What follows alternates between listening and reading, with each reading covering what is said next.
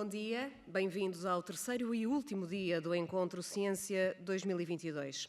A sessão desta manhã, intitulada Oceano, Restaurar, Oceanos e Mares, começa com um debate moderado por Susana Ferreira, membro da direção da Ciência Viva, a Agência Nacional para a Cultura Científica e Tecnológica. Conta com as intervenções de Carlos Duarte, professor de Ciência Marinha na Universidade de Ciência e Tecnologia King Abdullah, na Arábia Saudita, Amrur Zakaria, professor de Geofísica Marinha no Instituto de Oceanografia do Egito, e Sónia Cruz, investigadora nas áreas de Biotecnologia Marinha e Aquacultura no Laboratório Associado Centro de Estudos do Ambiente e do Mar da Universidade de Aveiro.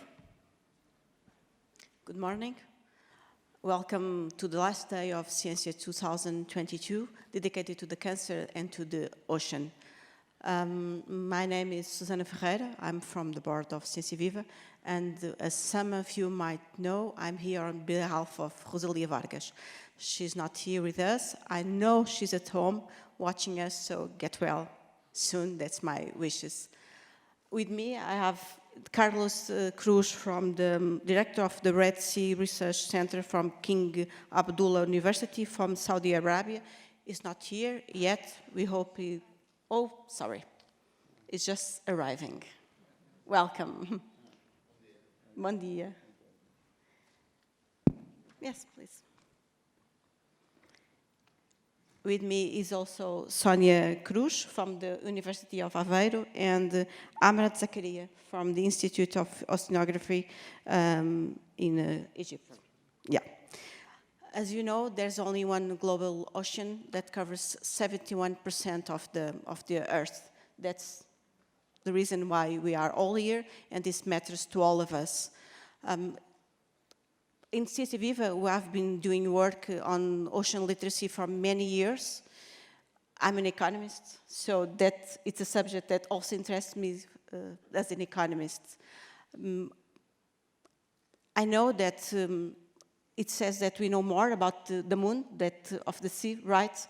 I don't understand why. That's one of the questions I would like to understand today, because I know that for Portugal and also for Egypt, that is the country that we are invited, it's a strategic priority because we are so close to the Atlantic Ocean and to the Mediterranean Sea and to the Red Sea. So it's a subject that we all want to know more. For decades, scientists have been struggling to protect the ocean, and so I hope that today you can learn a little bit more, and I'm sure that we are doing our best, but I do not know if it is enough. So why not? That's one of the questions I would like to see also. But you are not here to listen to me, so the floor is yours. I'm looking forward to hear you. Obrigado, bom dia a todos. Lisboa é a minha...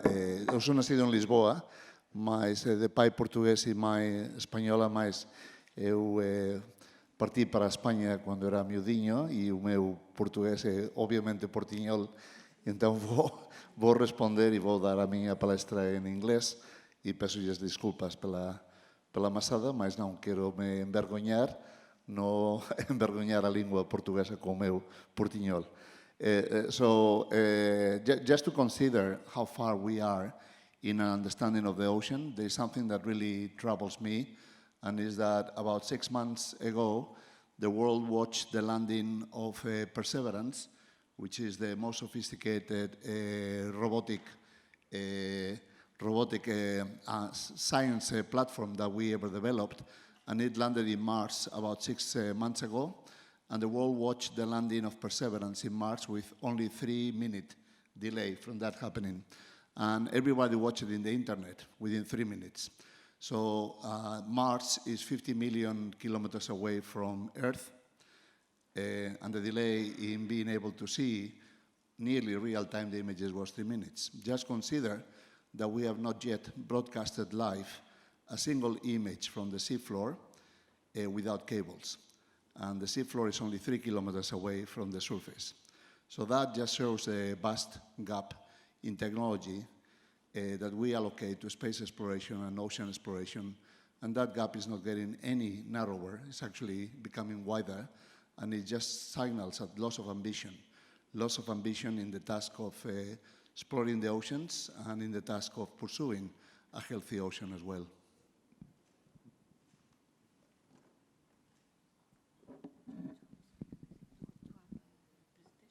Yes, I have a presentation. Okay, good. Thank you.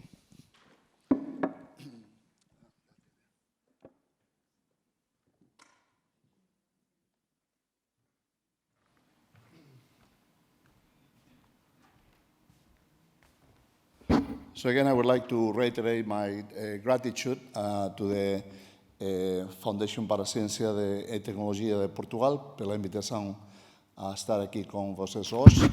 I was asked to talk about climate benefits in rebuilding natural capital, and I believe this is an important topic because in a month from now, more or less, Lisbon will host a very big event. There is the UN Conference on Oceans, which is jointly hosted and organized by Portugal and Kenya under the UN. It was scheduled in 2020, but due to the pandemic, it was postponed to 2022. And obviously the pandemic is a tragedy, but postponing the conference was probably beneficial because I believe 2 years ago we were not quite prepared to have a declaration at the end of the conference that would set a path to achieve a healthy ocean in the future, which is the main focus of the conference. So achieving a healthy ocean has many benefits. One of them is climate benefits, and I'd like to elaborate on the links between climate and ocean health. So I will use 3 slides to introduce a little bit the problem of climate change. So basically, we look at how climatic stability is maintained over relatively short time scales in the planet.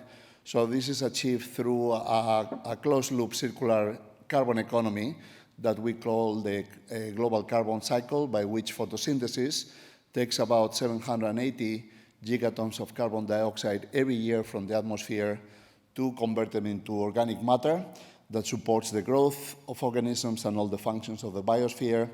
And then the biology returns that carbon dioxide back to the atmosphere through respiratory processes, which is the process to release energy from that organic matter that was produced by photosynthesis. So this is a loop, the carbon cycle, that is the fundamental engine of life because it supports all of the processes in the biosphere and is dependent on the abundance of life. And the abundance of life you can think of as the natural capital, which is carbon-based, that keeps the functions of the biosphere. However, this closed loop was altered by human activity, by both destroying ecosystems and also releasing excess carbon to the atmosphere by burning fossil fuels. And after about 1 million years of rather close stability in carbon dioxide levels in the atmosphere, they have increased over the last 150 years and very rapidly over the last 50 years to reach now about 420 ppm in the atmosphere, which is way beyond the margins of oscillation of the last million years. So now we are in a situation where we need to reestablish that closed loop, the carbon cycle that maintains climatic stability, and that's in fact what the Paris Agreement strives at doing. So the Article 4 of the Paris Agreement says that we must achieve a balance between anthropogenic emissions by sources and removal by sinks of greenhouse gases. So basically, it calls to establish a circular carbon economy and therefore embed the way in which society works within the way that nature works. And reconciling the way that nature works with the way we operate in the environment seems to be a very good idea. So that's basically what we ought to do, and is achieving a circular carbon economy in the way we manage carbon in society. And there are 2 major cycles. This is a very busy diagram that I'm working with a colleague called Bill McDonough, but I will just walk you through because we no longer have only a carbon cycle that is based on organic carbon. We also have a technical carbon cycle, and now humanity has developed more carbon embedded in artificial structures such as bridges and buildings and other elements as nature has built in life. So the technological part of the carbon cycle is very important, and we need to manage that in a circular manner, and also manage the organic part of the cycle in a circular manner. So really achieving climatic stability and climate action involves 4 main actions, which is to reduce emissions by maybe activating renewable energies at scale, and also achieving energy efficient, also reusing and recycle carbon dioxide so that it is not released to the atmosphere, and then removing carbon dioxide that is already in excess in the atmosphere. And we can do that through 2 mechanisms. One is technology fixes, so carbon dioxide removal technologies that are still in the infancy but are going to be needed at scale very, very soon. And then on the left side of the diagram, then you see another remove, which is nature-based solutions. So that is not about technology, it's actually about enhancing nature to remove carbon dioxide from the atmosphere. And if we zoom on that one, then in that cartoon, then we see a whale and we see soils, and there should be also a forest. But the way I describe what nature-based solutions are is that this is an approach to decarbonize the atmosphere and remove excess carbon dioxide that is in the atmosphere to recarbonize the biosphere and increase the natural capital of living carbon that supports the functions of the planet upon which our well-being depends. So this is about restoring the abundance of life on land and oceans. And there's much discussion about the need to decarbonize the economy. Really what we need to do is to decarbonize the atmosphere, because it's excess carbon in the atmosphere that is creating the problem. So the scope for nature-based solutions can be considered if we take in account that land use change, which is a very ill-conceived term that is used in carbon accounting, that stands for emissions due to altering ecosystems, both of lands and oceans. So it is called land use change, but also involves changes that we have made in the oceans, which is not well captured by that term, is responsible for 38% of the cumulative greenhouse gas emissions since the Industrial Revolution. And currently, land use change, so messing up with ecosystems, accounts for about 24% of annual emissions. So it follows that repairing nature can actually deliver 38% of the solution to our climate challenge. And yet we discuss much about fossil fuels and so on, but we don't discuss enough about the role of repairing the biosphere in achieving our climate goals. So if we look at the oceans, then in the oceans we have the champions of carbon sequestration. For many of us, when we think about carbon sequestration in nature, we think about tropical ecosystems like the Amazonian forest, which sequesters about 1 ton of carbon per year, per hectare. And yet, if we look at the champions of carbon removal in oceans, which is actually this beautiful seagrass meadow, that is a World Heritage ecosystem in the island of Ibiza, in Spain, of a seagrass called Posidonia oceanica. This one removes 17 tons of carbon per hectare per year. So when we look underwater and we swim in the waters of Ibiza and we see this grassy meadow, it doesn't really look much. But in fact, 1 hectare of this meadow is equivalent to 17 hectares of pristine Amazonian forest in terms of the carbon removal capacity. And this is a relatively recent realization, and we had not valued these ecosystems enough in the past, and we had not valued the need to conserve and restore these ecosystems at scale. So this is not just about seagrass meadows, but if we compare the carbon sequestration rates across ecosystems, the 3 elements in the red, in the left, are carbon removal rates from tropical, boreal, and temperate forests. And when we compare that to a marine forest, salt marshes or sapais, mangroves, and seagrass meadows, then we see that they actually sequester about 10 times more carbon per hectare than forest on land. And vegetated coastal ecosystems are responsible for about half of the total carbon sequestration in the seafloor annually, despite they only occupy about 0.2% of the seafloor area. So they're really, really intense carbon sequestering habitats. But we have lost about 50% of their area, and therefore we have weakened that component of carbon removal, and this is part of what is inappropriately called the land use change component of climate change. So considering that, in 2009, I released a report actually to be presented at COP. I forgot which COP number was that, but it was the COP in Copenhagen, where a climate deal was a hope that will happen. We had to wait a lot more until Paris. But we released a document called Blue Carbon, the role of healthy oceans in binding carbon. And that's the first time that the term blue carbon was used, and we coined that blue carbon to emphasize that there is not only green carbon on land, but there is carbon on the ocean, blue carbon, that needs to be considered and needs to be managed. So that was a strategy to contribute to climate action by avoiding further losses of blue carbon ecosystems and also by restoring the half of the global extent that we had lost. And this idea of blue carbon has now gained a lot of momentum, and there were a lot of discussions and a lot of investments on blue carbon strategies last year in Glasgow in the climate summit in the UK. And just a few months before that, then the journal Science released an editorial called Blue Carbon Can Wait. And I will explain why blue carbon is so important. It's not just because of climate action, but it's because of the many other benefits that activating and restoring our marine environment brings about.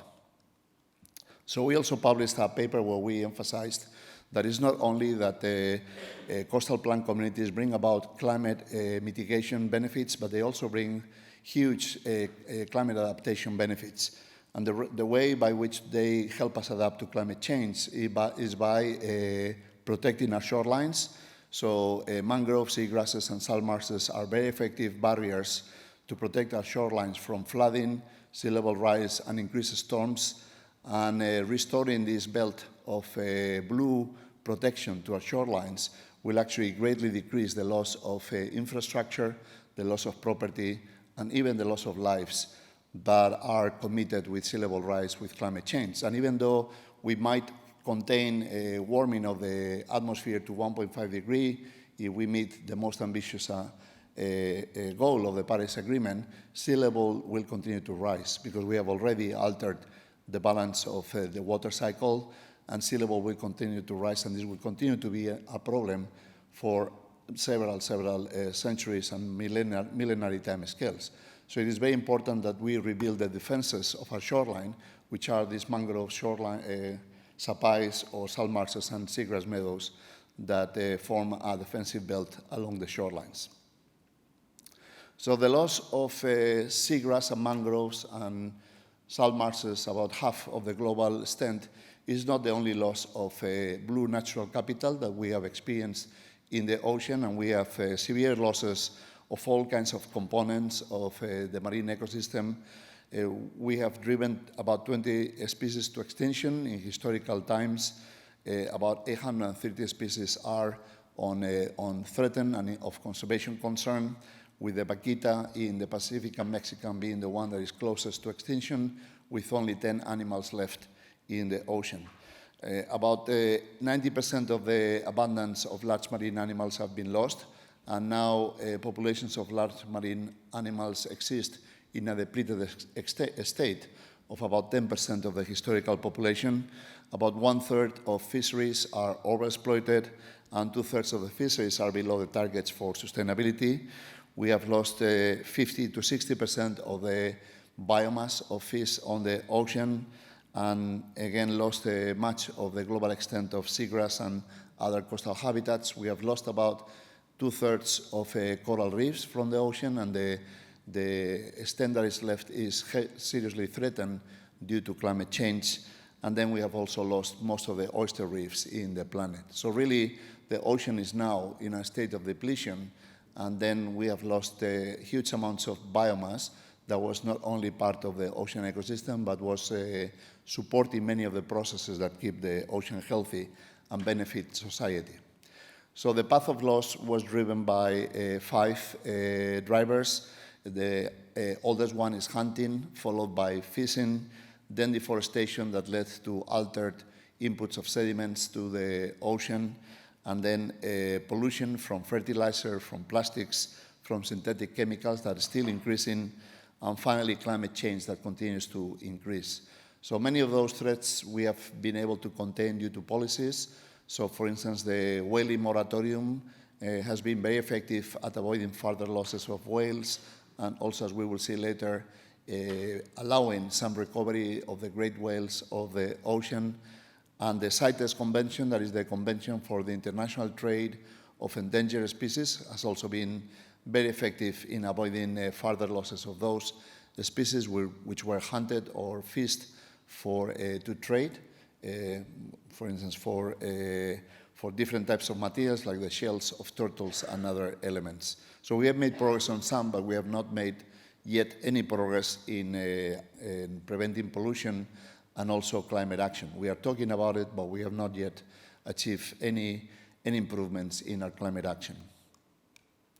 But despite this landscape, in 2020 I led a paper called Rebuilding Marine Life that was published in the journal Nature, where we reviewed scientific evidence of the responses of components of the marine ecosystems to policy actions that remove pressures, to conclude that if we were to act decisively now, we can still achieve a healthy ocean with much of the loss of abundance rebuilt in one human generation, that is in 30 years by 2050.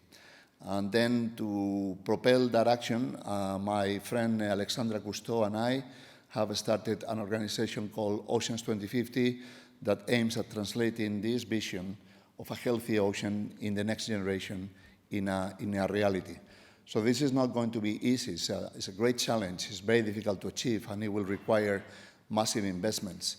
But it is a moral responsibility because we are the last generation that can reverse the damage done and achieve a healthy ocean and hand over an ocean that is, again, abundant with life to our children and grandchildren, rather than committing them forever to an ocean that is depleted and unable to support their well-being. So it is a grand challenge, it is a moral responsibility, but it's also a smart economic investment because we calculate that for every euro invested in improving the blue natural capital of the ocean, we can recover $10 back in the real economy. So this is not artificial accounting, it's in the real economy. So there are 5 actions that we need to engage to achieve this dream of rebuilding the abundance of life in the ocean. We have to protect species, we need to protect spaces, achieving 30% of the ocean protected by 2030. We need to harvest wisely to allow fish stocks to recover and be more productive than the depleted stocks that we have today. We need to remove pollution and we need to mitigate climate change. But often I'm asked in interviews, what is the highest threat to the ocean?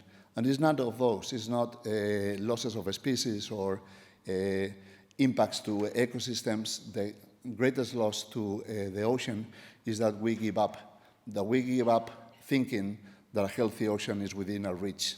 So ignore the negative headlines that you see on the news, that everything is going wrong in the ocean.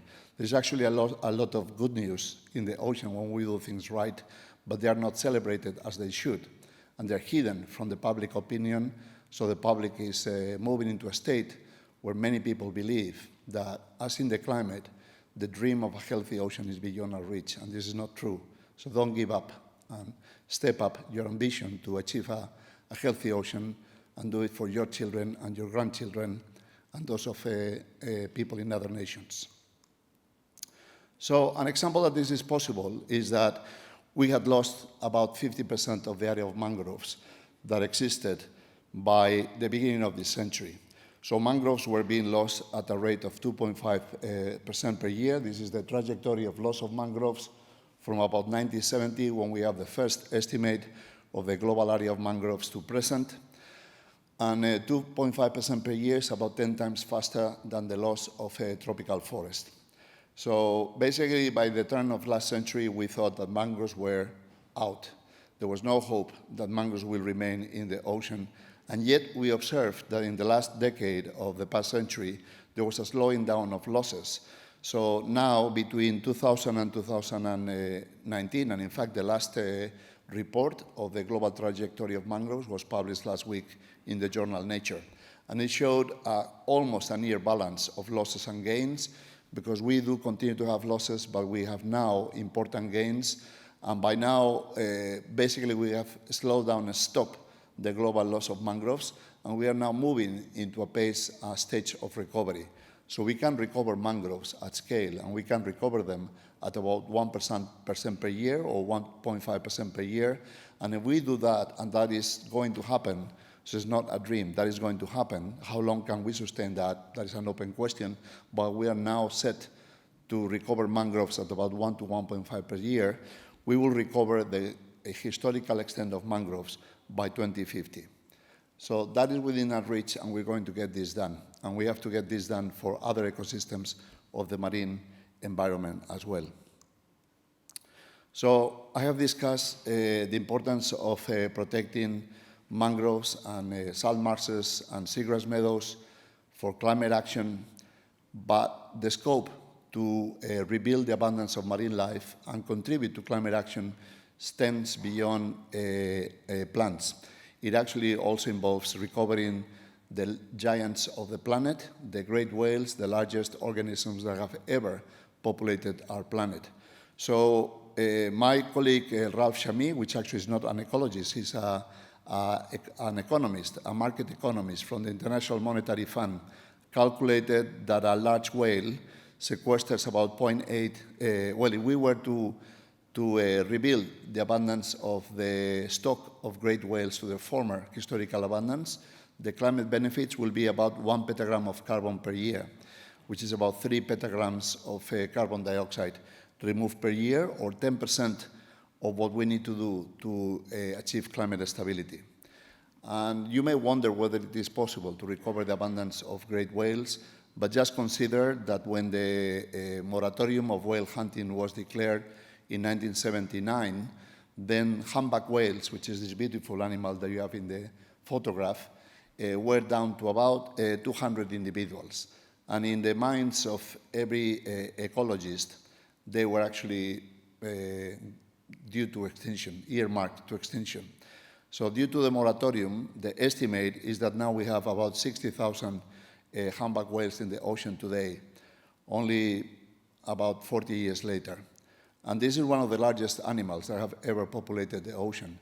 So if we have recovered humpback whales to their former historical abundance, we can do everything. We can do anything, and we should not be stopped in recovering the abundance of other easier to recover components of the ocean.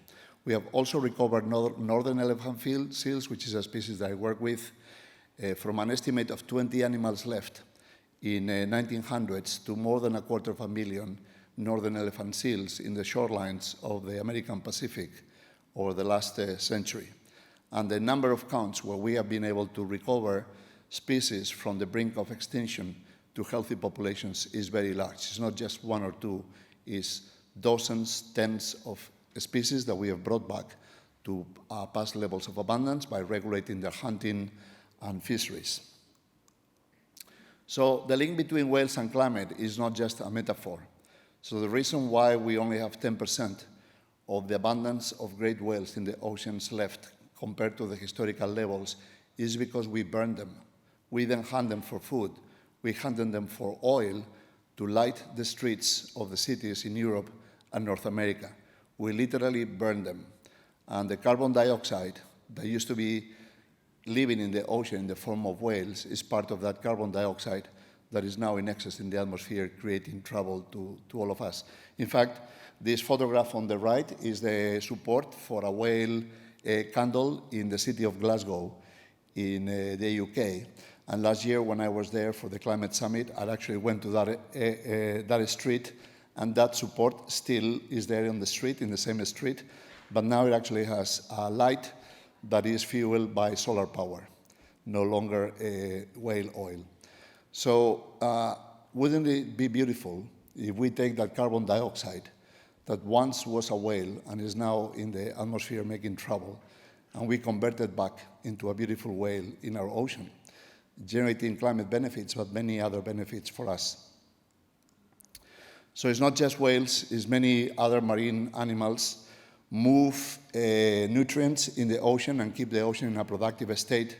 So we are now starting to understand the role that large marine animals keep in maintaining the ocean productive and also maintaining the ocean active in carbon removal from the atmosphere. So it's really a large scope to contribute to climate action by rebuilding the stocks of large marine animals, just as in land, rebuilding the stocks of forest elephants has been found to be a very useful pathway to improve carbon sequestration in Africa, with a flagship program based on rebuilding the stocks of forest elephants in Gabon that started last year. So this is a very busy diagram. I don't want you to look through the different elements, but this is part of a report that we released last year. That's for the first time the IPCC, which is the advisory body to the UN on climate, and the IPBES, which is the advisory body to the Biodiversity Convention on Biodiversity, got together and looked at the synergies between climate and biodiversity action. And whereas there are many negative effects of some actions to improve climate on biodiversity, for instance, mining for minerals to support electrification, nature-based solutions to climate change generate always benefits and co-benefits. So they are the component of climate action that generates the most co-benefits for people and society. So it is a win-win option that is conducive to resilient and adaptive social ecosystems. It helps advance sustainable development goals. It rebuilds the blue natural capital and also the green natural capital in our land and forest. And the portfolio of nature-based solutions that can be activated is growing every year and is becoming more diverse, and both in terms of geography, but in terms of options that are available. So we always say that nature-based solutions give about co-benefits, and it's a value-adding strategy, but it is important to realize that these value adders are spread across many, many UN Sustainable Development Goals. So a month from now, we're going to be discussing in Lisbon SDG 14, which is the UN Sustainable Development Goal that aims at delivering a healthy ocean. But doing that alleviates poverty, contributes to remove hunger, contributes to achieve healthy climate actions, and also to improve health of the population, and also to improve infrastructure because it avoids losses to infrastructure. So there are many, many benefits in doing that. And then rebuilding marine life, it's, again, a very important path for action for our generation. And I look forward to seeing this action empowered and set in a trajectory of ambition 1 month from now in beautiful city of Lisbon. Thank you.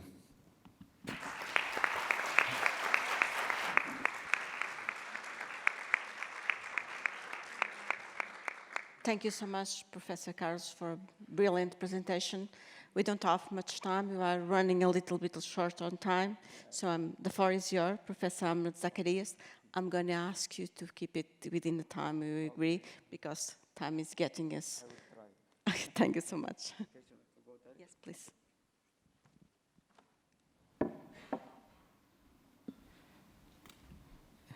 I'm very honored to be here, and thanks to Her Excellency of Higher Education of Portugal for her invitation to be here. My presentation about the blue economy. We are talking first about the concept of reality to Egypt about the blue economy. First we can discuss about what is the National Institute of Oceanography for a short slide, and after that we can go into the main topics, which are Egyptian activity towards the blue economy. And the first National Institute of Oceanography, it is one from the 11 National Institute, followed to the Higher Ministry of Higher Education, and we have a long history. We are about the history, we are established from 1918. This is about more than 104 years until now we are working. This is a photo from the old building, and we have the recent photo for what we have now. Also, we are the mission of the National Institute of Oceanography will be sustainable development of natural marine and freshwater resources, which will increase the protection of marine resources, which we achieve to increase the basic scientific research for exploration, for oceanography, and for fishery, and for aquaculture. This is our main mission for research and the activity what we have. The Nueve branch in Egypt has a headquarters in Cairo, and we have 5 branches and about 9 stations. The main branches, which are first branches, which will be concerned about Mediterranean research.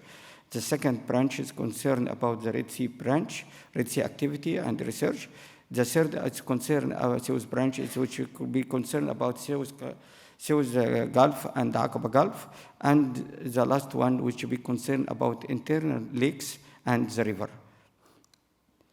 This is a scientific division structure organization. We have 4 scientific divisions, like each one like a faculty, and each one has a department or concern for this activity. The main divisions which we have marine environment, fisheries, aquaculture, freshwater, inland. And we also support unit. We are central library. We have many central laboratory. We have a museum in each branch and the aquarium in each branch. We have a central lab in Alexandria. And we have a huge many equipment, which we technical, microscopic electron, atomic observation, and we have many of this equipment. I know that, we have a long history about the research. We have the first research vessel which we have, it is Mabahis, which will be expedition of 1935 in Red Sea. And now we have 2 research vessels. We are working one in Red Sea and other on Mediterranean, and the one is concerned about also fishery exploration, and the other which would be marine exploration and the marine environment. That we can see we have this research vessel for marine exploration. We have many equipment for gravity, for seismic shooting, for gravimeter, magnetic, all of these equipment that we have on our research vessel. This is our bit. We are using this vessel for marine exploration, for thinking archaeology, for maybe diversity of coral reef. We are working about many things about that.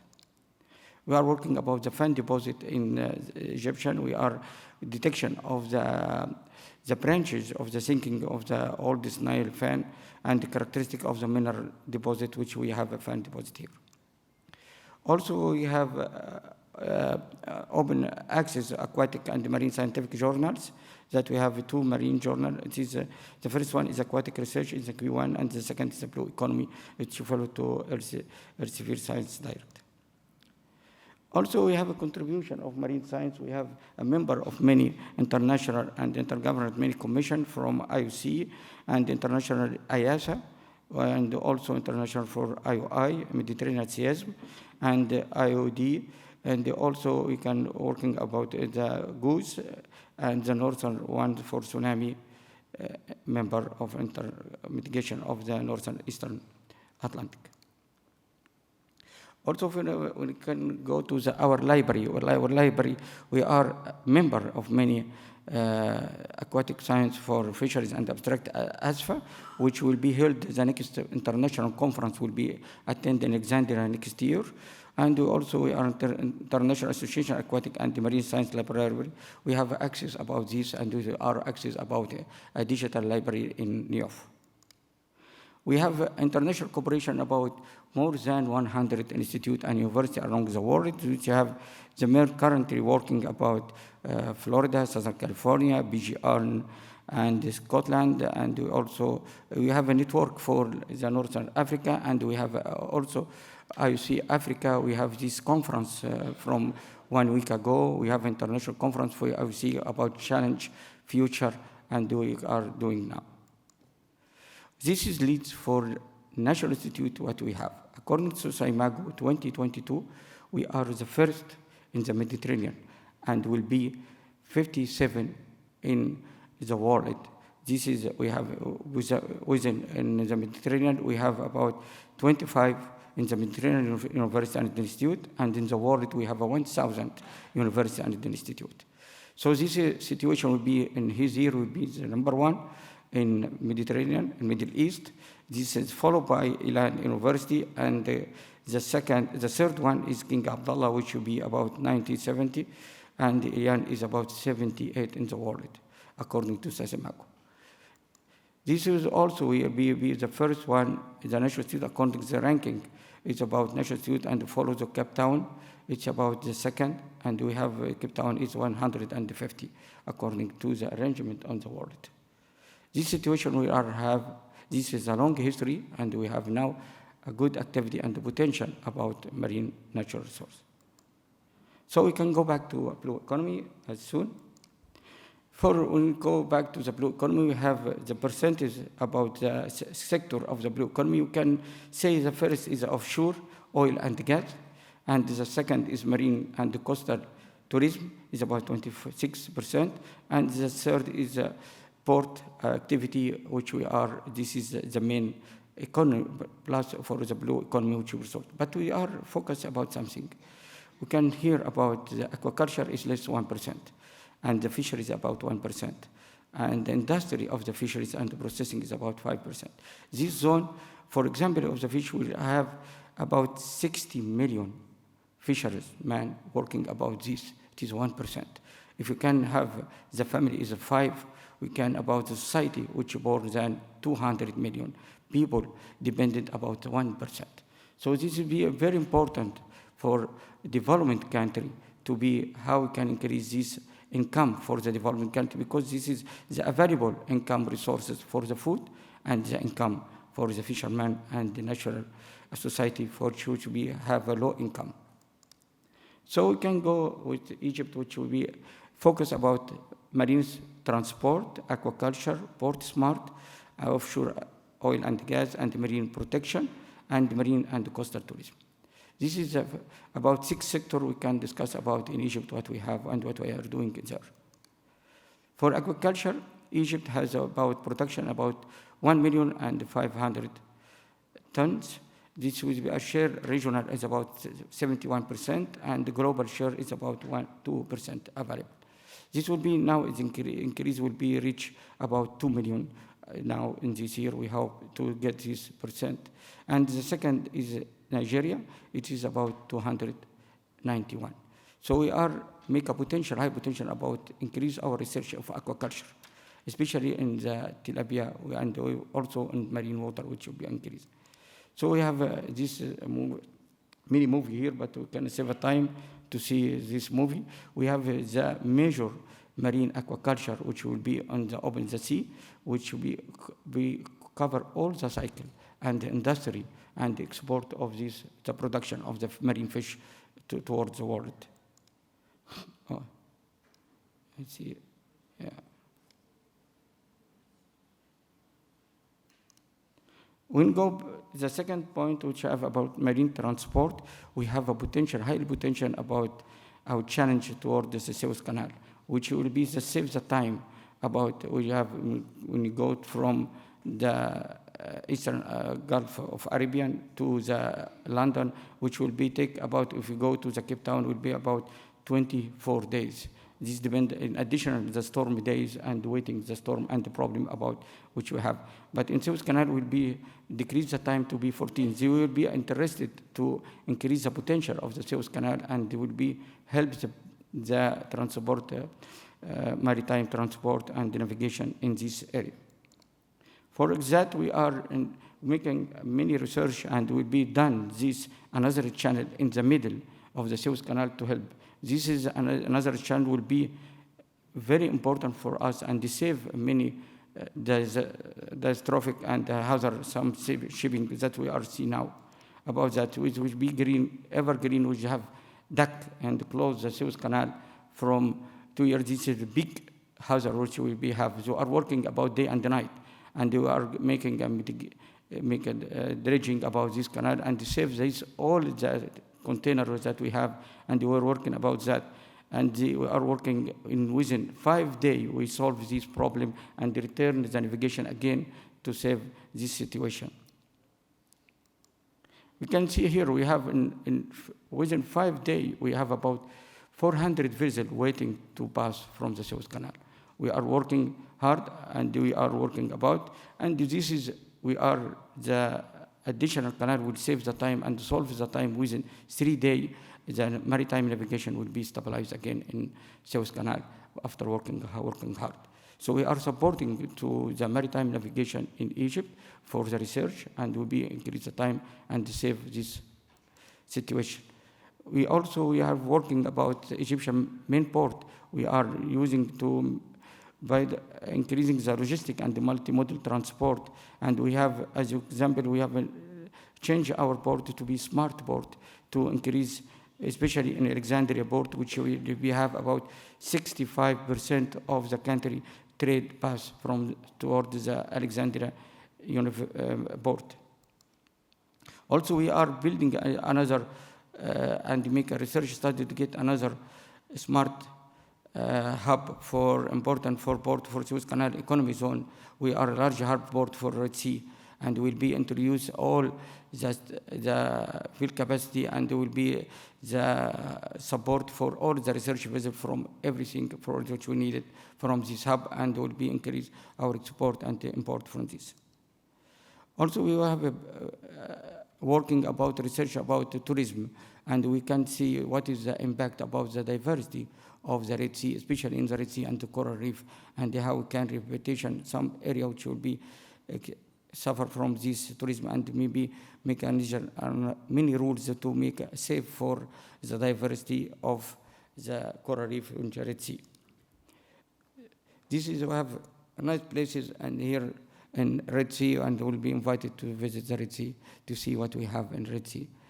This amazing area.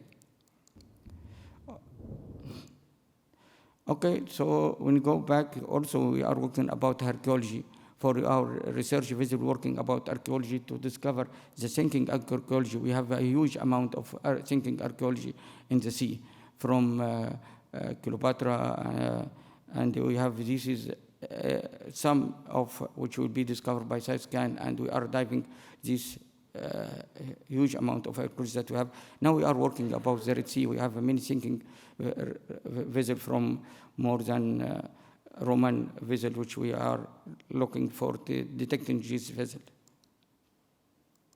Sorry. We can see this, for example, is a, sorry. Okay, this is a view. Okay. Here we are working here, we are thinking about some archaeology by using side scan sonar. We are research and detection, what is the archaeology, and after that we are making focus by using ROV, which will be reach about more than 1,000 meter depth. This is the harbor which will be sinking in Cleopatra, which in Alexandria coast.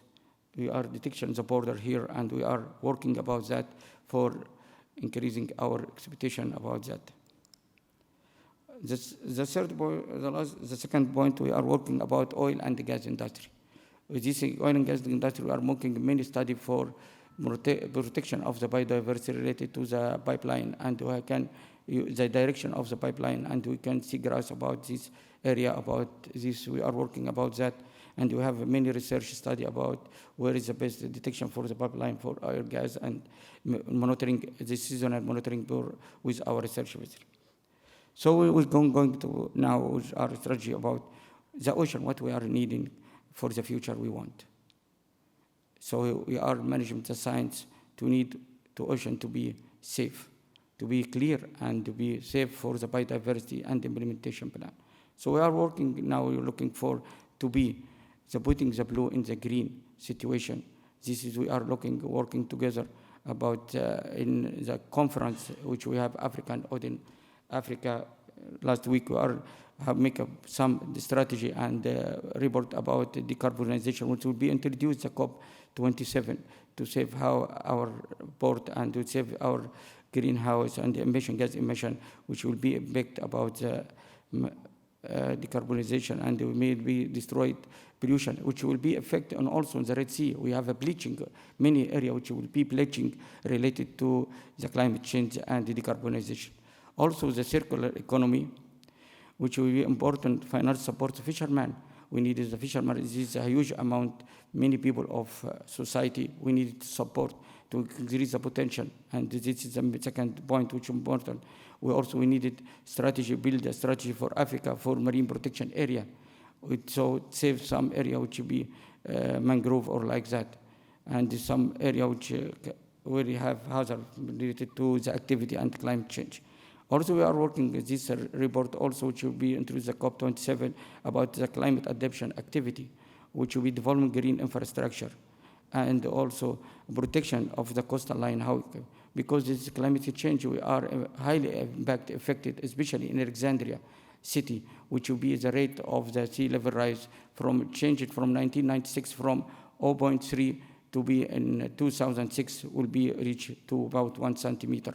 And this will be this level from our observer network, which will be increased. If you will be increased, will be 1.3 this year will be make a dangerous and will be high impact for the government. We will introduce many breakwater to save our cost. The last one, we need sustainable food for this sustainable for aquaculture, for marine aquaculture, and increase the potential of the increase the vertical protection of the aquaculture, especially in marine and freshwater aquaculture, for especially in the Africa. And I show on the time, and many thanks.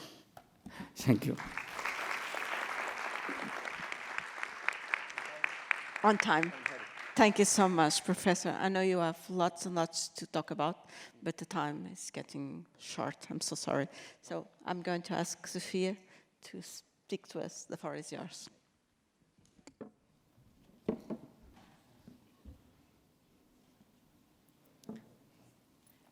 Bom dia.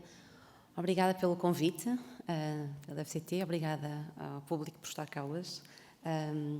Sorry, I'll switch to English. So thank you for the invitation. Thank you for you to being here.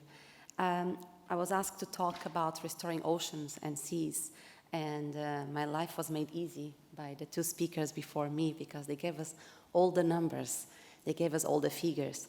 So I am left with the cliche, but it must be said. So, we need the Earth. Earth doesn't really need us. So I think it's important to remind policymakers that the reason to save the planet is not only about the amazing biodiversity that it has. It's beautiful, it's useful, but it's also about saving ourselves. So, planet Earth is prepared to evolve. It will continue. We'll still be here regardless of our actions, but will we be here? And a lot of Earth is actually ocean. So this has been said, I think we all know here. And Portugal, it's also ocean. So we have a huge area that is sea. And we have to also remember that whatever actions we do in mainland will end up as a consequence in the oceans. So the research we do in our country, and we have plenty of research institutes devoting to marine sciences. The research we do, it's also useful to recover the ocean. The science that is done about land, it's also important for the oceans. And but what is the challenge? So I'm sorry, sorry. I wanted to tell you here was about CESAM, the research center that I belong to. One of the frequent questions that people do to us is that, well, you do a bit about everything. You work on forests, on soil, on the ocean. So what is actually your expertise? You cannot be experts on everything. Actually, our main expertise in this research center is to be able to integrate the research from the different levels. And as I was saying, what we do in mainland also have consequences for the ocean. So that's the reason why I was here talking about the mainland and this research center. So Portugal is ocean. We have the dimension of the biodiversity. We have the R&D, all the research. But what is the challenge? We have all this information. What it's failing in passing on this information to policymakers, to society? How can we do this bridge? And so for that, what I would like to bring you, to remind you that we have plenty of associations, networks to try to do that job, to turn research into business-oriented solutions. And I'll give you an example. Blue Bio Alliance has an international network, but it's a national association. And they work with people from all levels, from producers of raw materials until the end, the producers of the final products. And through that, they also engage with research units and the new ideas, the thousands of new ideas that every day are brought in from the research world. And most of them will never have a chance in society because some of them are not scalable, some of them are not feasible, but there's always a few that have a chance and then can help restoring our oceans. And that's the job of associations like this, that's the job of this association in particular, is to bring together all the players in this sector. So please have a look, keep it in mind, have a look at it, and if you haven't done so yet, please join the association because it's an incredible way of networking, of engaging everyone, so we can put the ideas of young researchers into profitable business. And at the end of the day, this is how we can convince, and Professor Carlos said very well, every euro we put into recovering the ocean will turn up in $10, or every dollar in $10. And it's true. I mean, if we preserve our biodiversity, we can actually then make profit out of it. So there's plenty of young companies there trying to do that step. So we have to engage in that, and we have to work with them, and then transpose that to the larger players, to the big companies that already exist. We have to do this link between academia, our science, into society. And I bring here an examples of algae. I'm sorry, I have to talk about them because they are my passion. And every other breath we take, we have to say thank you to the algae, to the seagrasses, to all this vegetation in the ocean that Professor Carlos well taught about it. So they do it all. You know, they use the energy from the sun and split the water, give us oxygen to breathe, and then later on they will sequester the carbon that we so much need to sequester. And at the end, they actually build up this biomass, this product, and we can eat it.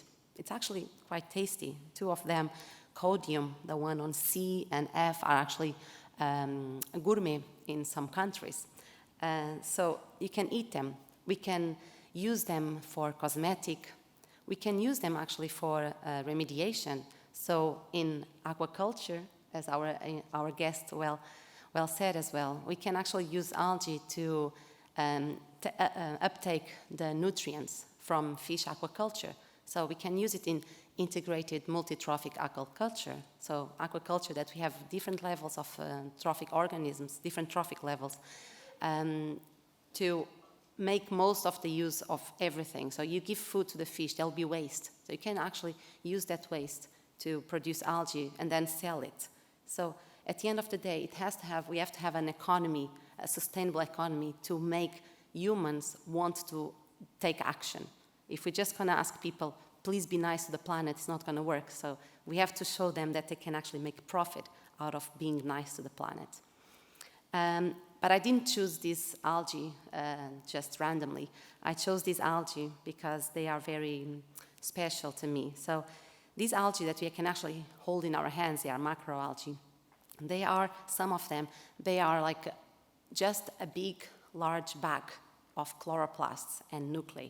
So the chloroplast is what does it all. Well, this is photosynthesis and release the oxygen, fix the carbon. And these algae, this particularity of these algae, make them being also the food of these organisms.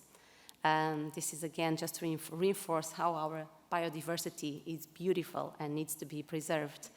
And it's beautiful and it's full of secrets. So one of the mysteries of these sea slugs, they are from the order Sacoglossa. They are the cousins of the nudibranchs. Those that are passionate about the ocean and the Red Sea, they are more familiar with nudibranchs, and they are colorful. These are not colorful, they are green because they sequester the chloroplasts from the algae.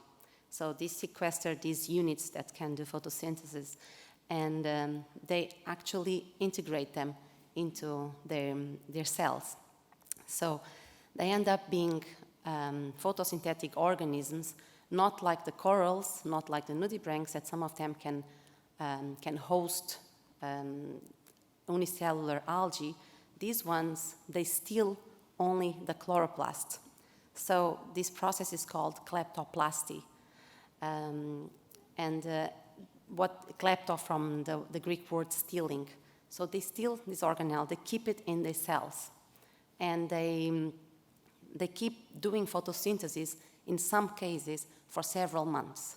So we cannot do that in the lab. We cannot actually take up a chloroplast and keep it working, functional for several months, because we just don't know how. And these tiny organisms, I'll go back. I don't know if you can spot it there in my hand. There's a tiny, tiny thing, just to give you an idea of size. There's a tiny thing in my hand there. It looks like a fragment of the algae, but that's a slug called Elizabethides. So these tiny organisms are full of secrets that we don't know yet how to unveil. And if we do unveil their secrets of this huge biodiversity, and that's certainly just a short, very brief example of the biodiversity that is still out there to be discovered, I'm sure there will be people able to use it in biotechnology applications. So, let's restore our ocean so that we don't lose this biodiversity, and in turn, we can learn with it and use it in our own profit. And so that's the message I'd like to leave today. Thank you.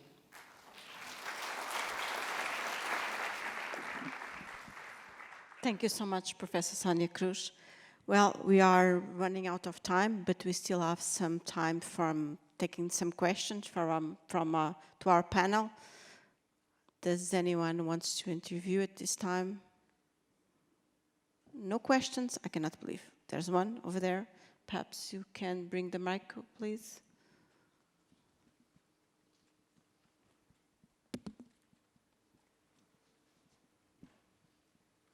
Thank you very much, and congratulations for the conference. I'm a PhD student from the University of Coimbra from Territorial Risk and Policy. I'm very curious how Egypt has been here with us, showing us all the force task and all the ambition of transforming Egypt and bringing back the natural environment and all the structures to live again in a better way. And I wonder, how are you going to engage this state of Egypt as state of Portugal to help them to find the best solutions and the best ways to achieve in a better way what they are trying to do? That is a great big work.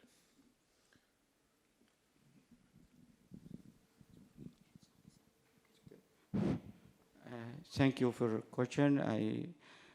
I needed to tell you something. We are start our cooperation from yesterday with my friend Luis here, and visit many institutes about. Also, I will be a vice director of Aveiro University and National Institute Fair to start cooperation and working together for marine aquaculture and also for marine exploration. And we are management to sign a MOU to, this is potential will be transferred to the students in university and in research institute for start cooperation between us and to transfer the information and technology and our expert between the research from each side from Portugal and Egypt. So we have a management now, many program about that we are management, yesterday we are discussed about that with Luis and Vice Aveiro University and also President of National Institute here in Portugal about how to start cooperation, and will be within, I think we are arranging many meetings to discuss about sign MOU between us and to start our cooperation in different field, not a special field. We are working about aquaculture, fisheries, exploration, and also detection of sinking archaeology. Welcome. Thanks. I do not see any more. Another question, please, over there.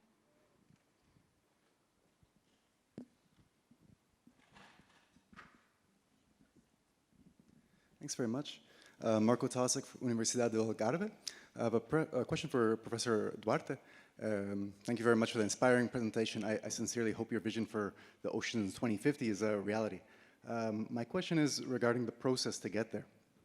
I agree that international agreements such as the Sustainable Development Goals are necessary, but the gap between these agreements to, let's say, national ratification of conventions and then finally implementation can take a very long time. What do you think is the key for this process of national implementation in order to achieve this vision for 2050?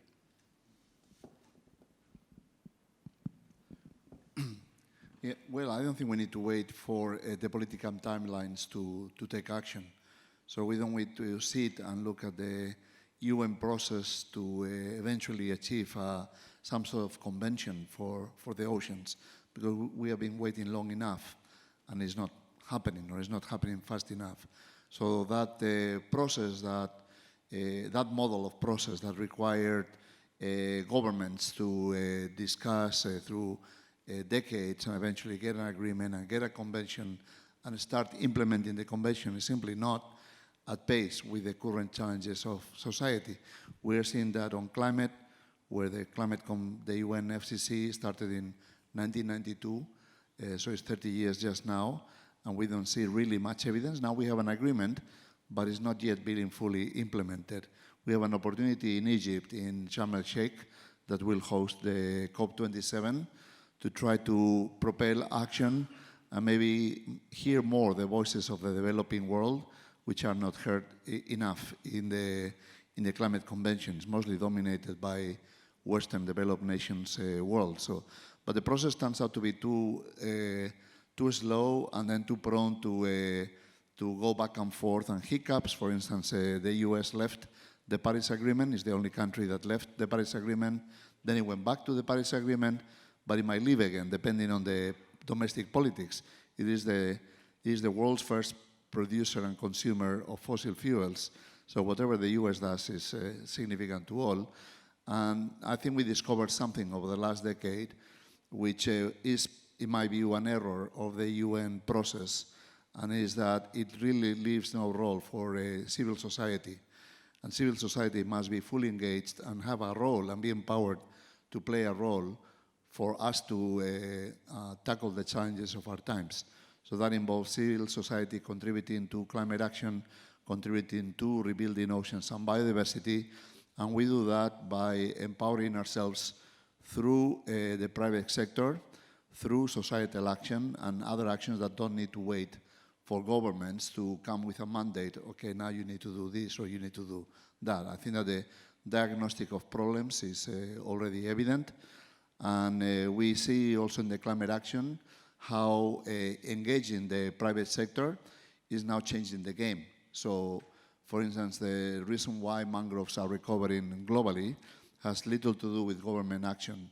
It has to do with the fact that now many businesses are declaring their carbon neutrality goals at different timescales, but many big businesses are seeking to be carbon neutral, not because that is mandated by a UN declaration which binding to governments, but because they do feel that that's the right thing to do.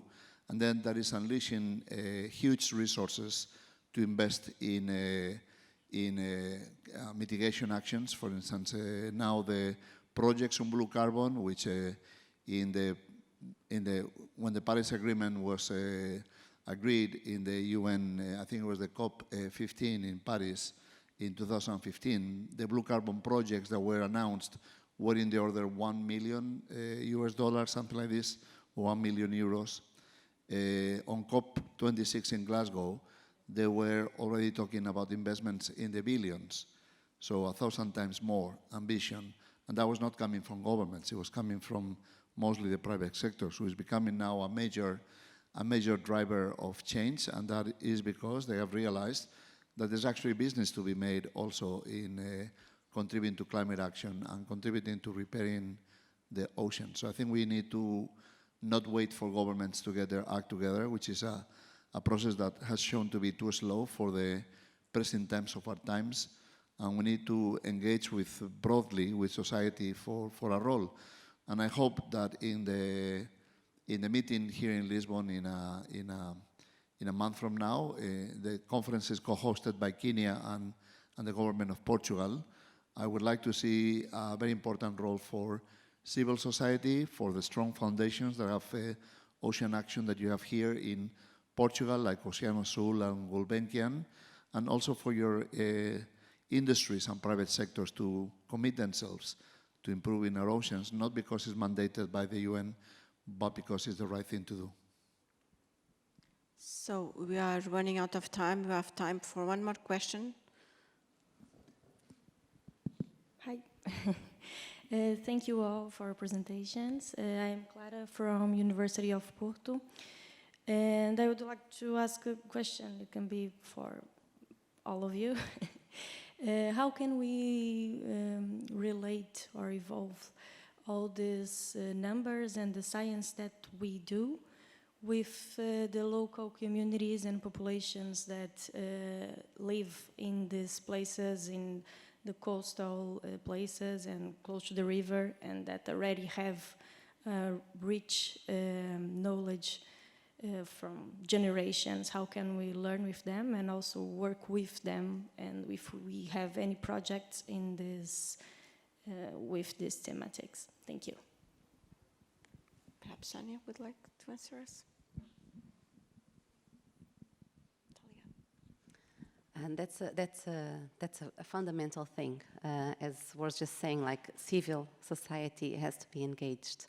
The how, well, we have to really look up our creativity on how to. In my perspective, I think that what I was saying about bringing the research into small companies. I mean, it's not just about these startups. You know, they don't.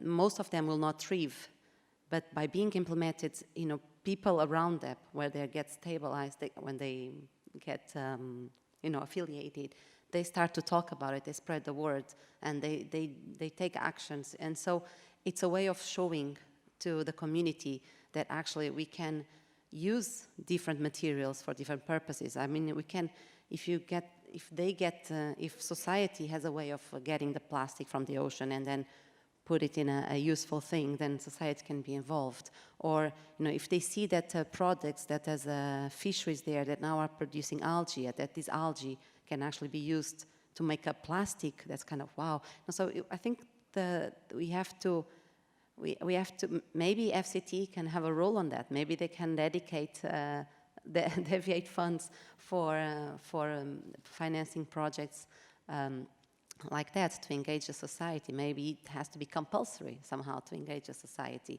in our projects. I think it's us that have to be that, to do that.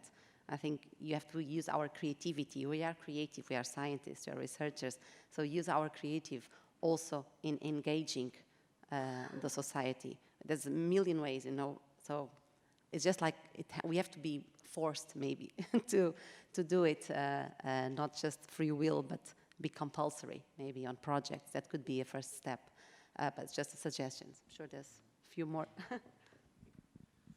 Yes, maybe just to add to what Professor Sonia mentioned, I think the question also alluded to the importance of the knowledge, that is traditional knowledge that is held with people who live their lives around the oceans, which may be fishermen or maybe other types of people who have a long history through generations of engagement with the oceans. I think that was a component of the question. So that is fundamentally important, particularly in areas where we don't have the track record of research that has the long-term perspective that is required to understand problems, and that is the situation almost everywhere. In many of the UN processes, for instance, in the Convention for Biodiversity, this has taken the odd route of being called indigenous knowledge, but I think that's a colonialist view of the problem, right? Because that is people who have colonized other nations, which have marginalized indigenous people, that now recognizes the value of the knowledge they have. But for instance, in Portugal, all of you are indigenous to your country, so the concept of indigenous people is not encompassing for all situations. So here, I think it's more appropriate to talk about traditional knowledge and cultural knowledge, that it doesn't come from, let's say, the principles of Western science, but comes from other ways of understanding. So that's, for instance, very important in 2 areas or 3 areas where I work. So I do a lot of work in the Arctic. And then in the Arctic, as opposed to Antarctica, where there's really no indigenous people, in the Arctic there's about 1 million Inuit, and they have a profound understanding of their ecosystem, and they have witnessed changes through time in climate and other elements, and it's very important to work with them. And in Canada, for instance, the concept is called 2 ways of knowing. So one way of knowing is Western science, but the other way of knowing is their way of knowing, which is their culture and their myths and traditions. And in every project, it is now mandatory to engage Inuit people to contribute to the research topics through their understanding and knowledge. That dialogue is sometimes different because there's a little bit of hubris in Western science that we have the sole approach to understanding problems. But I think that opens a dialogue and a conversation that usually is very enriching, and we start to see some examples even in the peer-reviewed literature of work that integrates that other way of knowing, that is the cultural way of knowing. In Australia, where I was director of a research institute during 5 years, then we also found that engaging Australian Aborigines, in that context, there is really a need to talk about indigenous people, which were marginalized during decades and badly treated during decades, but it is the longest culture on earth. So they have a continuous culture for 50,000 years. And they have embedded in what they call their song lines. They don't have a written culture, but their culture is embedded in long songs that take about 12 hours to be sung fully. And those songs embed the whole history of the landscape. So, for instance, listening to, I'm going a bit too long, but I will just give a story and then forget the third example. So there was recently a major cyclone that hit the shorelines, the Queensland, and then there was a huge mortality of dugongs and sea turtles following that. And there was a lot of discussion as to whether that mortality came from pollutants that were being washed from the watershed. And then working with a group of Australian Aborigines that call themselves saltwater people. I think you Portuguese, or us Portuguese, if I can add myself to that, we're also saltwater people. We live and understand ocean.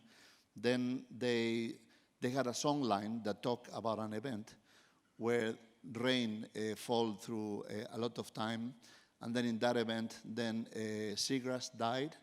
They actually have 12 names for seagrass, whereas Australian English language only has 1. And so the seagrass died, and the lack of seagrass then led to the mortality of dugongs and turtles because they feed on seagrass. So that was actually embedded in their song. And then research was done in that area using geochronology and sediment cores and so on. They found that happened about 7,000 to 8,000 years ago. That event happened, and it was reconstructed. So it was just listening to them that it became clear what the cause for the mortality was. And I think that really opened the eyes of many colleagues in Australia to the need to sit with them and understand their culture and the way of expressing their history. So that we need to do that, and we need to do that not only in Australia, but also with our own people, which have a deep understanding of nature in Portugal and everywhere else. I'll just add one more thing. Exactly, I mean, our elders also have knowledge that we need to bring. But also, I think we have to add one thing, and our universities also have to teach students and teach the researchers how to communicate with the rest of society. Because sometimes I did my, when I was in my PhD, we actually had courses on how to communicate our research. And it's things like as simple as, I could not use the word microscopic. I could not even use the word algae, because some people don't know what an algae is. So it would have to be little tiny plants that live in the ocean. So it's important as well to do that, to teach our students today, so that can be better communicators than we are now, to improve the language we use. You know, I'm often, when I'm on the rocks on the beach collecting the sea slugs, and people come and ask me, what are you doing? And I'm like, okay, how do I explain this to them? How do I explain that these slugs are photosynthetic? And how do I say this? So we need to learn this. We need to learn, and maybe we have to start at the basis, teach students at school how to communicate, how to use not a scientific jargon, but common words. Professor Amber. In addition, we are working now in open science. So from last conference from 1 week ago, we assigned implementation center with the UNESCO IOC. This center will be introduced the hub for transfer information and technology between all the researchers in Africa and Europe. This is a center will have experts from different sides. We have a problem in Red Sea, we have a problem in Atlantic. So this center will transfer information and knowledge about the ocean and what we are expert to transfer students. Also, we needed to increase the awareness for our students in different countries, in Africa, in Arab country, and also in Europe country. So this center implementation, we can use some additional projects for cooperation between North and South. So we are working about also in the PRIMA project with the Portugal scientists here to how we can start cooperation in some topics which will be interested about climate change and oceanographic. So we have a chance to many sector we can work together about that. Thank you. So time has gone by too fast. I want to thank you all for such an interesting session. The message was clear. We won't give up, let me tell you, because we cannot afford to do so. So thank you so much to all. We are finishing. So see you next year, and see you in Lisbon in the UN conference, right?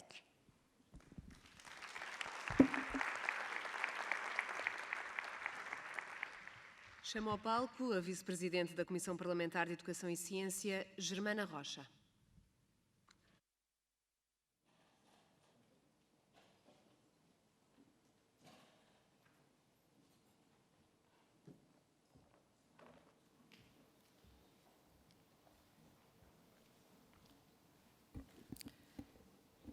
Excelentíssima Senhora Ministra da Ciência, Tecnologia e Ensino Superior, Excelentíssimo Senhor Secretário de Estado do Mar, cumprimento ainda a FCT e a Ciência Viva, a delegação de representantes do país convidado da edição deste ano, o Egito, cumprimento todos os convidados, oradores, moderadores e todos os que participam neste Encontro Ciência 2022.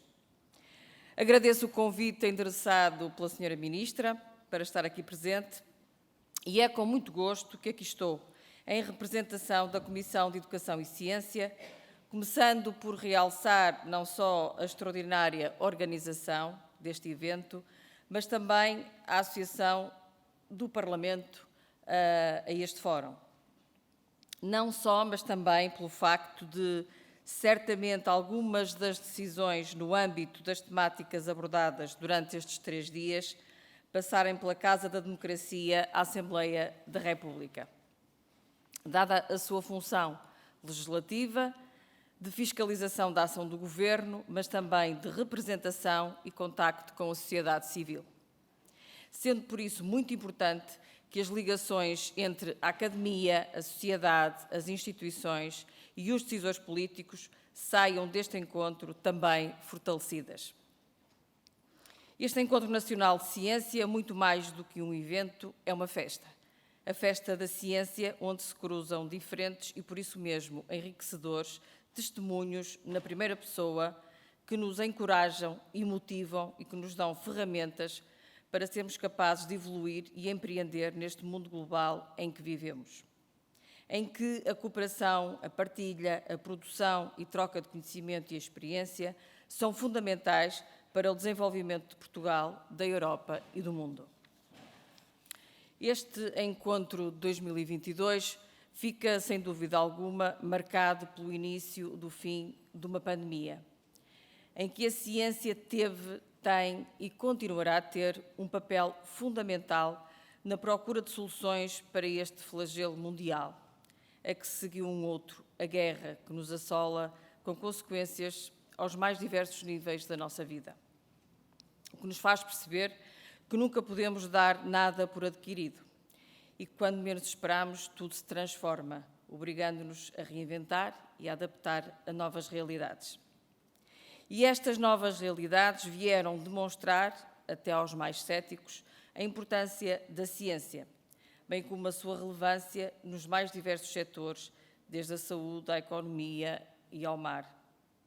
Daí ser crucial que o investimento dedicado a esta área corresponda à sua real e demonstrada importância e às suas concretas necessidades.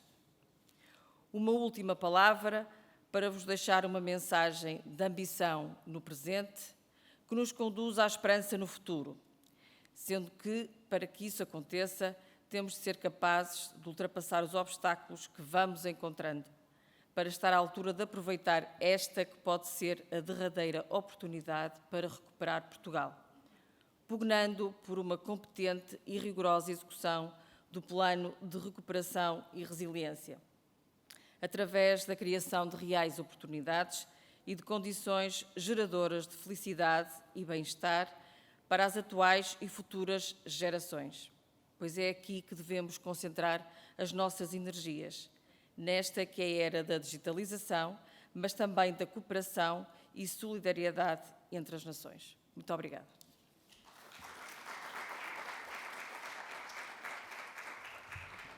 Para encerrar a sessão, o Secretário de Estado do Mar, José Maria Costa.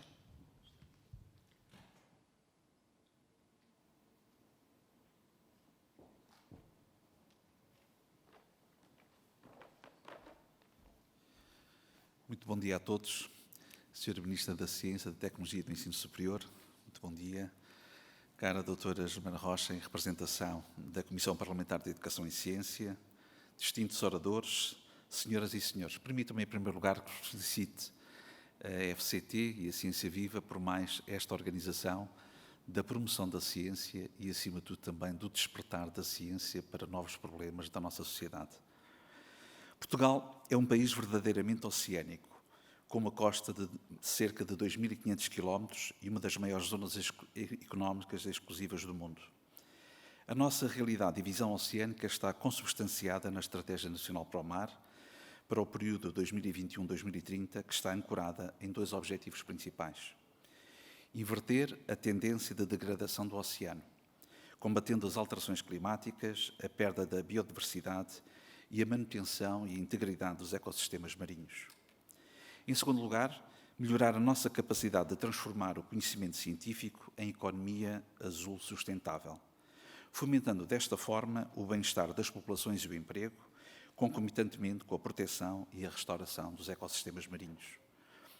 Nas últimas décadas, assistimos a grandes progressos no desenvolvimento de programas científicos de larga escala, aplicados aos níveis local, nacional, regional e internacional, permitindo desta forma aumentar o conhecimento do oceano e o desenvolvimento da tecnologia. No contexto global, no âmbito das Nações Unidas, a década das ciências do oceano para o desenvolvimento sustentável tem como objetivo que daqui a 10 anos o conhecimento do oceano e as ferramentas disponíveis para estudá-lo sejam mais e melhores. Sobre o lema "A ciência que necessitamos para o oceano que queremos", o intuito desta década é contribuir para o Objetivo de Desenvolvimento Sustentável 14 da Agenda 2030 e transformar definitivamente a nossa relação com o mar. Há uma compreensão crescente do papel crítico da componente humana na ciência dos oceanos e nas cadeias de valor da ciência para a gestão e para a inovação. Há também um reconhecimento crescente da importante contribuição da ciência dos oceanos para uma economia azul sustentável e para o desenvolvimento sustentável de uma forma geral. De acordo com o último Global Ocean Science Report, publicado pela Comissão Oceanográfica Intergovernamental, países europeus, como Portugal e a Noruega, têm o maior rácio de investigadores em ciências do mar em relação à população total, com mais de 300 investigadores empregados por milhão de habitantes. É este número, bastante demonstrativo, do interesse que o mar continua a suscitar nos portugueses. Alinhado com estas iniciativas internacionais, o Governo de Portugal considera primordial a aposta no desenvolvimento do conhecimento científico e tecnológico a fim de suportar as políticas públicas do oceano. Esta aposta está claramente alicerçada e reforçada na Estratégia Nacional para o Mar 2030. Um dos seus objetivos estratégicos é estimular o conhecimento científico, desenvolvimento tecnológico e inovação azul. Reconhece-se assim que o conhecimento científico, como uma matéria-prima da inovação, é também o seu papel central para identificarmos formas de proteger espécies, ecossistemas vulneráveis e de salvaguardar desta forma o nosso património cultural. A Estratégia Nacional para o Mar inclui ações direcionadas para reter e atrair jovens talentos e investimentos para que a nossa ciência seja reconhecida a nível internacional, promovendo ambientes colaborativos com potencial de inovação. Para o efeito, Portugal tem alavancado diversos instrumentos financeiros dedicados à valorização do conhecimento científico, ao desenvolvimento da capacidade de investigação oceânica e à promoção de transferência de tecnologia marinha. Apesar disso, a procura de soluções transformadoras para travar e inverter as tendências atuais da perda da biodiversidade, como aqui tivemos a oportunidade de ver, a nível global, permanece necessária e decisiva para alcançarmos os Objetivos de Desenvolvimento Sustentável e a Agenda 2030 das Nações Unidas. Torna-se, pois, crucial que durante esta década sejamos capazes de implementar estratégias para preservar o património natural marinho e salvaguardar a estrutura, o funcionamento e a resiliência dos ecossistemas marinhos e costeiros.